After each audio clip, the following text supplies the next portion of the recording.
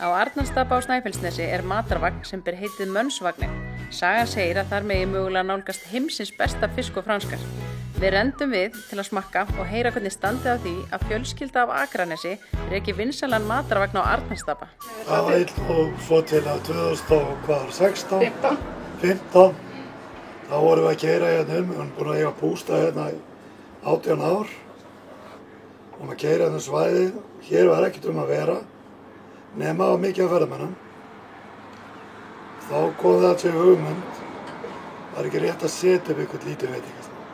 Þið gátu bara ekki verið upp í bústað og slakað á. Þið eru bara ekki þannig fólk. Nei. En þá var hérna eini veitingastaðurinn var Arnarbær, sem var rekinn þá sem veitingastaður og er rekinn enn í dag. En þá var hann aldrei opnaður fyrr en í júní og var lokað eitthvað svona þegar fór að líða á haustið. Og það var nú þannig að við vorum hérna á Rölti og labba hérna svæðið og þá hittum við oft útlendinga sem voru að spyrja hvar væri hægt að fá eitthvað að borða, hvar er hægt að fara á klósett og hvar er hægt að fá að borða. Svo ég sagði við manninn þetta væri sniðugt að fara að fá bara börnin með okkur í þetta og við myndum bara fara á stað og starta ykkur sem og verður og að við ákvæðum það að láta smíða fyrir okkur hennar vagn og látum gera það út í Englandi. Af því að Fish and Chips er náttúrulega aðal matseðillinn eða má segja þjóðaréttur þeirra í Bretlandi og af þeim orsökum flöggum við líka fána Breta. Bæði íslenska fána og breska fánanum út af því að vagnin kemur þaðan. Fáið þið marga Breta? Já, marga Breta. Og hvernig viðbrögð fáið þið við þjóðaréttinum? Bara mjög góð. Yfirleitt bara betra heldur en í Bretlandi.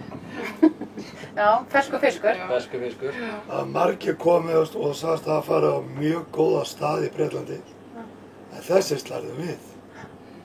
Þeirra mati. Og til dæmis núna fyrir nokkrum dögum síðan þá kom kona frá Kanada og kemur hérna og satt hérna út og var að borða og hún kemur hérna til mín og segir við mig, heyrðu, ég verð að segja það hún, við fáum rosalega góðan fisk út í Kanada. En þessi fiskur hann slær öllu við.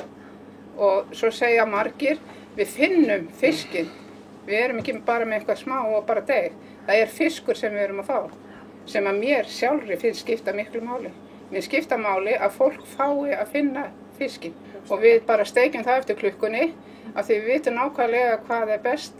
Er það ekki hvað? Jú. Það bara hita á pottunum og klukkan. Já. Hvað tók þetta langa tíma fyrir ykkur svona að finna loka touchið? Hversu mikinn steiktan fisk borðuðu þið? Við pröfum ýmsar gerðir af þessu orliði. Orli í deginu? Já. Sem fyrir utan á fiski. Já. Og endanum var það sem að konan fann upp. Já. Og það notum við og því hefur ekki verið breytt. Ég ætla að segja, og þú ætlar ekki að segja okkur hvað er í því, eða hvað? Nei, það er hérna að lenda með. Já. En það sagði kokkur við mig ef að þú ert komin á þann stað að þú finnur að þetta er gott sem þú ert að gera, þá breytir engu. Þá heldur þið við það. Og ég hef gert það, ég hef bara haldið mig við það sem ég gerði, eiginlega frá upphafi og ger alltaf nýtt orli í dag á hverjum degi. Þú ert sjómaður, fyrrum sjómaður. Þú hlýtur að hafa skoðun á því hvernig fiskurinn er? Já, við erum búin að vera hjóninni að vinna við fisk yfir 30 ár. Við höfum verið með fiskverk og fiskbúð og við teljum okkur þekkja svolítið vel inn á fisk.